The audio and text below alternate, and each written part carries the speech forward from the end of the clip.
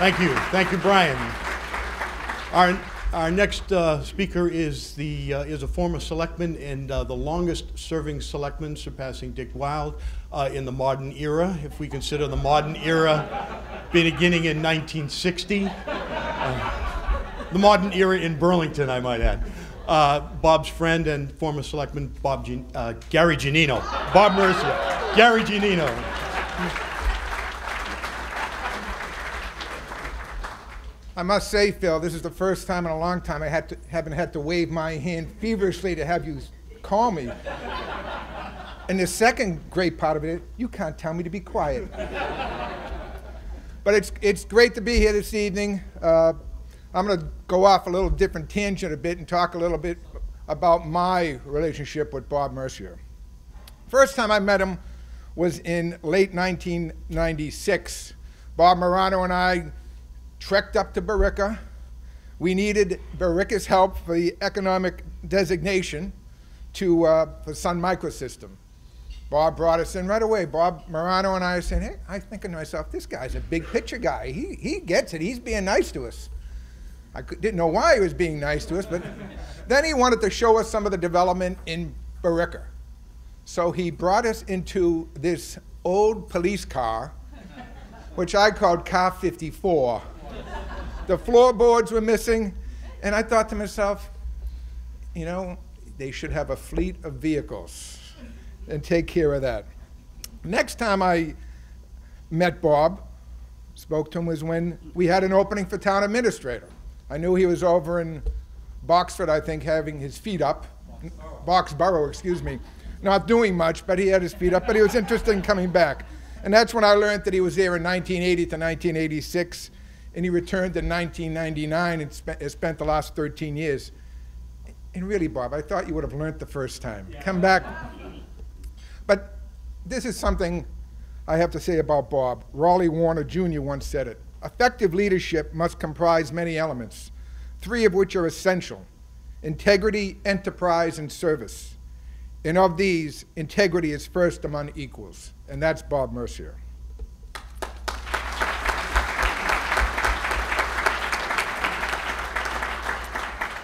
Now, as I got to know Bob better, and he'd always say, "Don't get me started. Don't get me started." And then at town meeting, he'd open up his jacket, lean up against it and say, "Ladies and gents." And I said, how could he do that? I had to have my button down, and people wouldn't let me, Phil would shut me off. But whenever Bob wanted to speak, people listened. We had the three-way land swap in the Grandview farm. Bob was a visionary in that. We had the Mary Cummings land. He'd always say, "I know we can strike a deal, Gary." My 18 years on the board, even before Bob got there, we worked on it.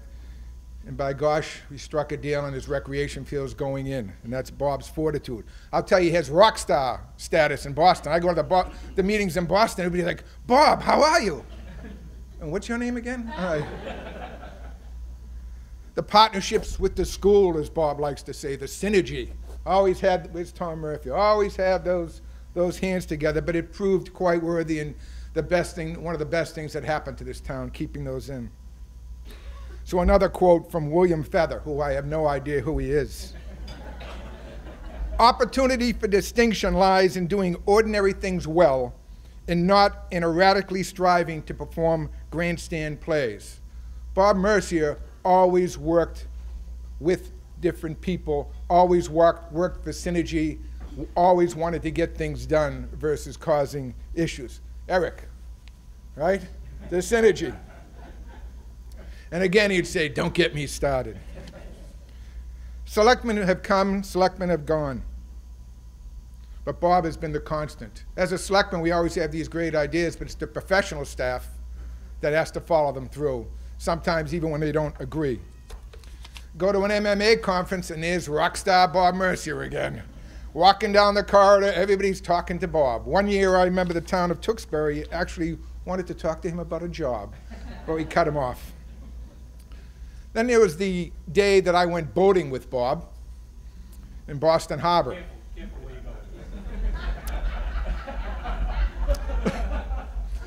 One thing I remember near the end of the night is Bob and I wandering around Charlestown trying to get something to eat. And it was then that I remembered the name of the boat, the Ship of Fools. By the way, the boat is for sale. The boat is for sale. You can talk to Bob later. Bob's loves. His first love, and always has been, is the love of his family. Rose, Katie, Amy, son-in-law Michael. I'm the only one who mentioned you. Where? Over here. Oh, I figure it was you. Nice guy. At least I mention your name, right? Because I don't know if Bob will when he gets up to talk. And to Hannah Rose. Bob's love of basketball. 2.5 months ago, 2 months ago, someone called me up and said, would you like some tickets to the Sweet 16?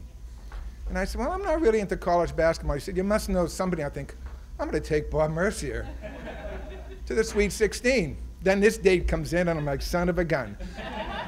The tickets came in today, Loge 12, row 7, seats 7, 8, and 9.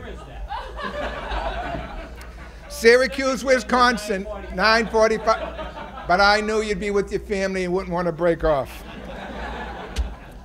Then there's a love of travel. Bob and Rose's annual pilgrimage to Las Vegas. I go to Vegas. I said, Bob, can you tell me some restaurants? So he gives me this restaurant, Ceremonies. You got to go to Ceremonies. I go there with Liz and my wife Liz and the other couple we're with, and the fellow comes on and says, what brings you here? I said, Bob Mercier told me to come. Oh, Bob! Bob! Bob is king of Vegas.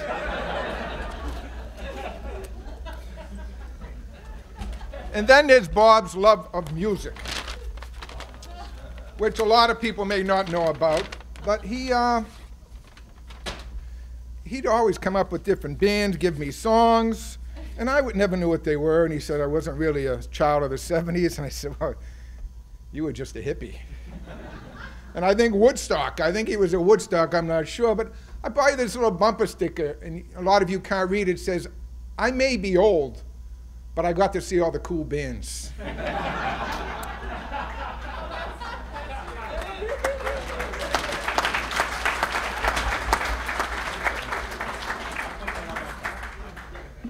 And one other bumper sticker before I change subjects.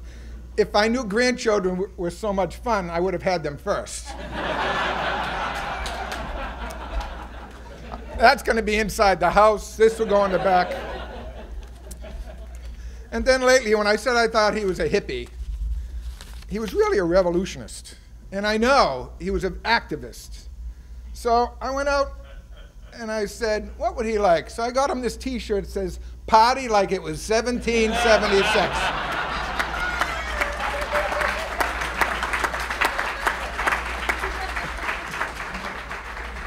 And it just dawned on me right before I got up, those sevens remind you of the slot machine, Bob, when you're in Vegas.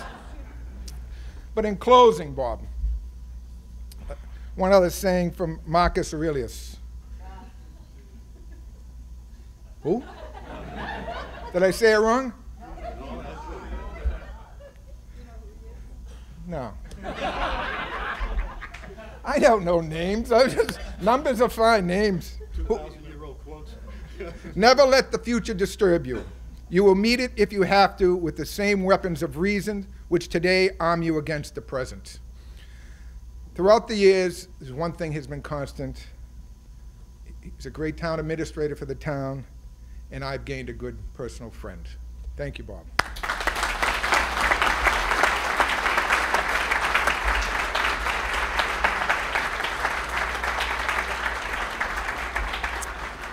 Okay, representing the family is Mrs. Amy Stevens, and I'm sure she'll have a lot of the stuff that we don't know about Bob.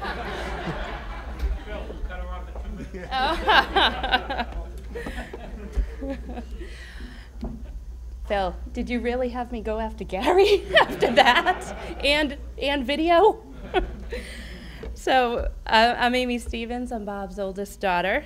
For many of you that have been into Bob's office, I'm clearly older than 8, as he still shows me, and my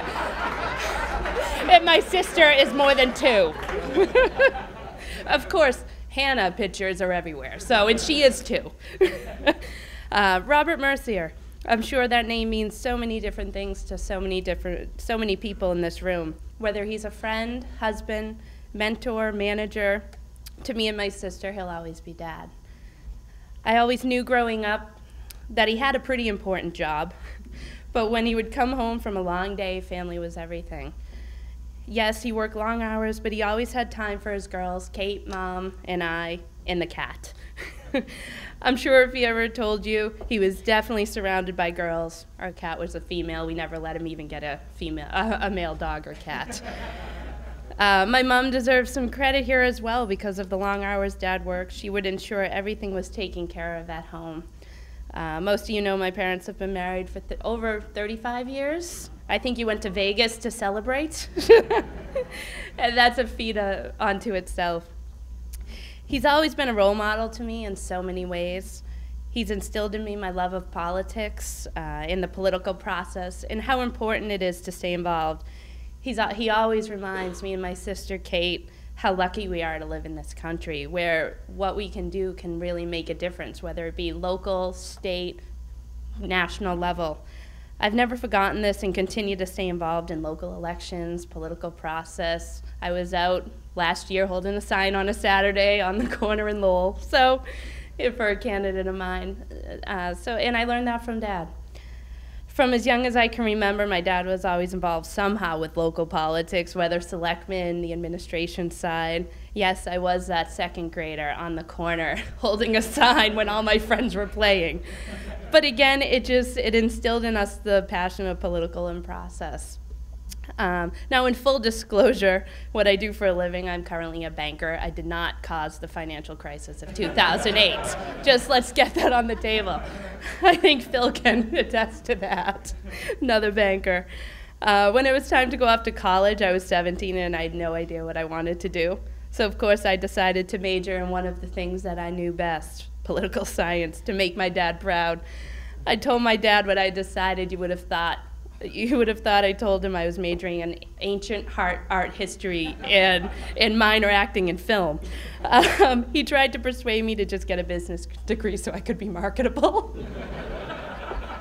But of course I didn't listen at 17. I knew everything and plowed ahead with political science. But I knew way deep down he was proud.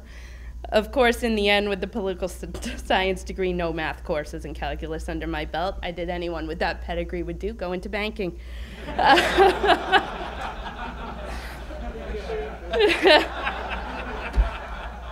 Right? What was your major, Phil? Come on. I'm an aircraft mechanic. Aircraft mechanic.